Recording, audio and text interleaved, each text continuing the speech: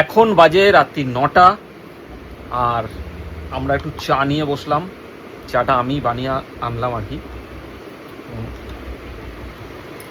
বেশ আদা দিয়ে বানিয়ে আনলাম। কেমন হয়ে যাবে চাটা? লিকার টিকার ঠিক আছে তো? একদম পারফেক্ট লিকার, পারফেক্ট আদা। তো অনেক দিন তো এরকম বসে একটু গল্প হয়নি। আজকে ভাবলাম যে একটু বসে তোমাদের সাথে গল্প করি ছোটোর ওপরে। আমি ভীষণ খুশি, আর খুশি এই কারণে, সুস্মিতা পাল অফিসিয়াল পেজে যে গানের ভিডিওগুলো পোস্ট করা হয়, সেখানে এই দুদিন আমি বেশ কয়েকটা ডুয়েট ভিডিও, মানে ডুয়েট সং করেছি সুস্মিতার সাথে। তোমরা সেখানে অনেকেই অনেক ভালোবাসা দিয়েছো, মানে তোমাদের পছন্দ হয়েছে। তার মধ্যে গুটি কয়েক মানুষের ভালো লাগেনি, তারা অনেক রকম মন্তব্য করেছে। যাই হোক, আমি তো বলেছি কোনো খারাপ মন্তব্য আমি নিয়ে ভিডিও করব না, সেই জন্য সেই সব মন্তব্য নিয়ে আমি কিছু বলতেও চাই না। যাদের কাজ তারা করে যাবে। শুধু আমি একটা কথাই বলবো, যে যেহেতু তারা কমেন্ট করছে, অর্থাৎ ফেসবুক তারা ব্যবহার করছে, ফেসবুক যখন ব্যবহার করছে তাদেরও নিশ্চয়ই রিলস নামক অপশানটা আছে। তা আমার একান্ত অনুরোধ রইল যে যে কোনো একটা গানের সাথে, পছন্দের অবশ্যই আপনাদের পছন্দের যে কোনো একটি গানের সাথে একটা লিপসিং করবেন, এবং সেই গানটার সাথে যেরকম একটা এক্সপ্রেশন হওয়া দরকার সেই রকমভাবে করবেন।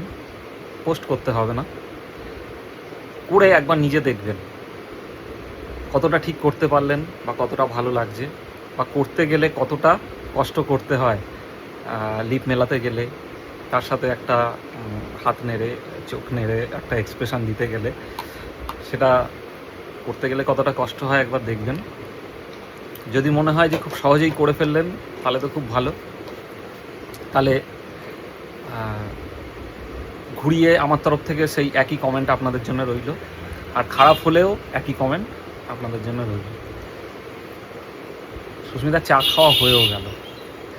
আচ্ছা, আর বাকি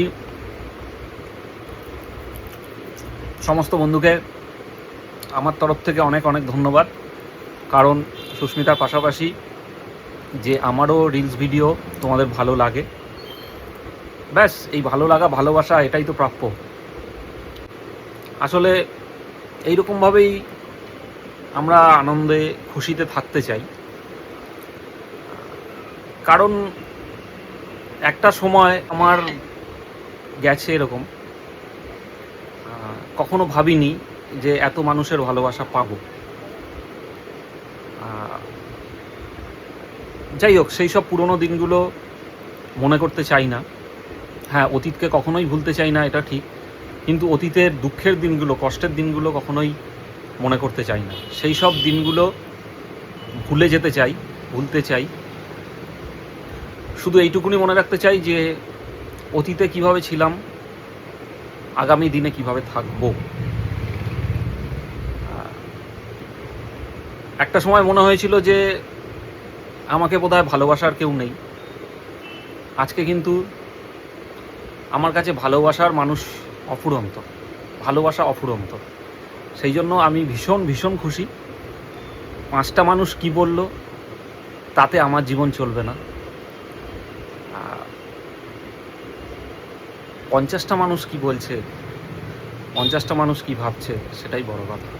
মানে ইমোশনাল হয়ে যাচ্ছি আমি, সেই জায়গাটা আমি আসতে চাই না। তা সেই জন্যই আর কথা বাড়াবো না, চাটাও ঠান্ডা হয়ে যাচ্ছে। তবে এইটুকুনি বলবো, তোমরা যারা আমাদের পাশে আছো, পাশে থেকো। আমি একটা কথা বলতে চাই, রূপক বাবু বললো একটা সময় মনে করতো তার ভালোবাসার কেউ নেই, তাহলে আমি কি করেছি?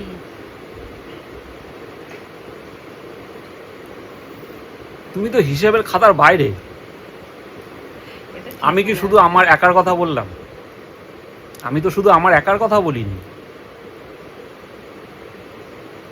একটা কথা কি বলে, মেড ফর ইচ আদার। সেরকম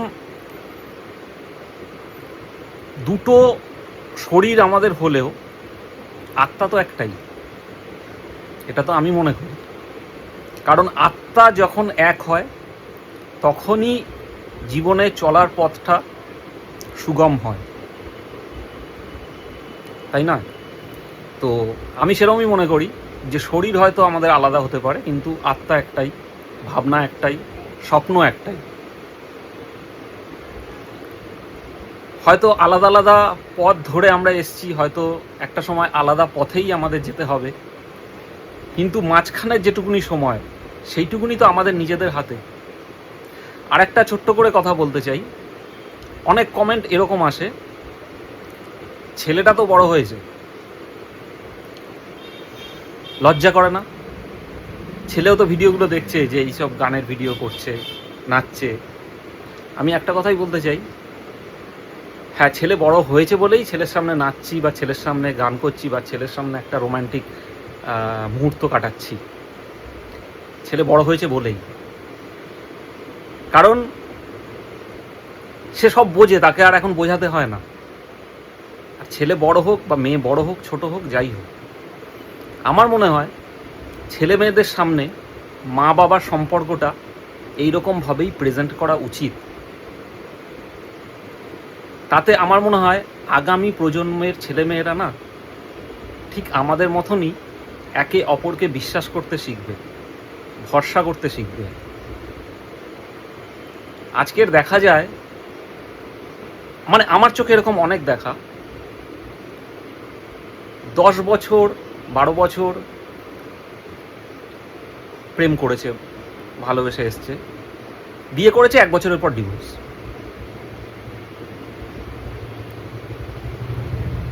দশ বছর তারা একে অপরের জন্য কত অঙ্গীকারবদ্ধ হয়েছিল, বিয়ের 1 বছরের ঘুরল না, তাদের পথ আলাদা হয়ে গেল। তা আজকের আগামী প্রজন্ম যদি তাদের পরিবারের লোককে দেখে যে তাদের মধ্যে তার মা বাবা হোক, কাকা কাকিমা হোক, জ্যাঠা জেঠিমা হোক, এবং ঠাকমা দাদুও যদি বেঁচে থাকে, যে তাদের মধ্যে বন্ডিংটা এত সুন্দর, তাহলে আমরা কেন পারবো না? আজকের আমাদের বিয়ে হয়ে গেল কত বছর? 23 বছর। 23 বছর হয়ে গেল, আর কিছুদিন পরেই 23 বছর পূর্ণ হয়ে 24-এ পা দেব।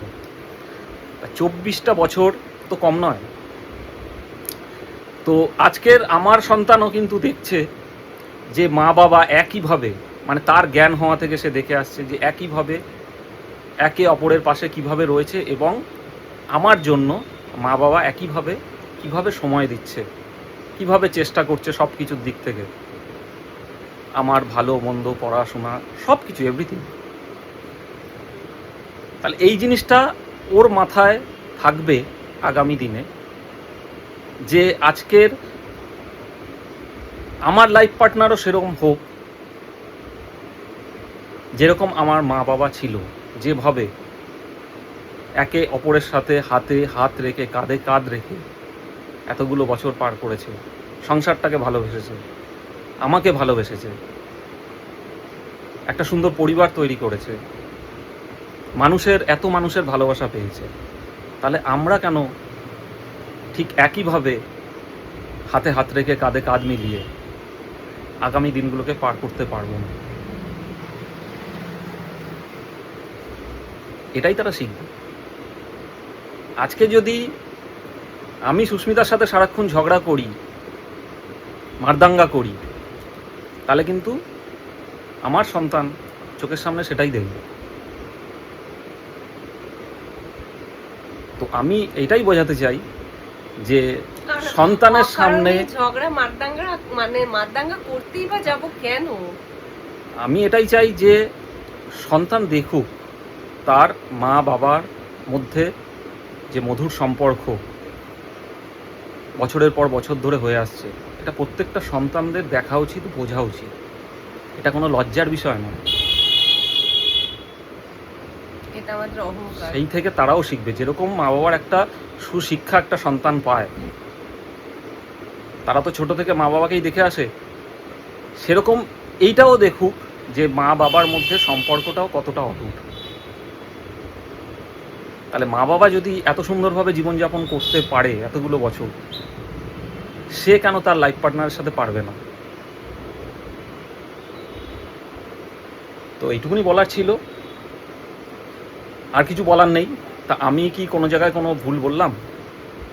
যদি ভুল বলে থাকি সেটাও কমেন্ট করে জানিও। আর আমার মানে এই বক্তব্যের সাথে তোমাদের কার কার মানে তোমরা এগ্রি হচ্ছ সেটাও কমেন্ট করে জানিও। ভিডিওটা দেখতে দেখতে 10 মিনিট পার হয়ে গেল। তো দেখা হবে আবার পরের ভিডিওতে। টাটা।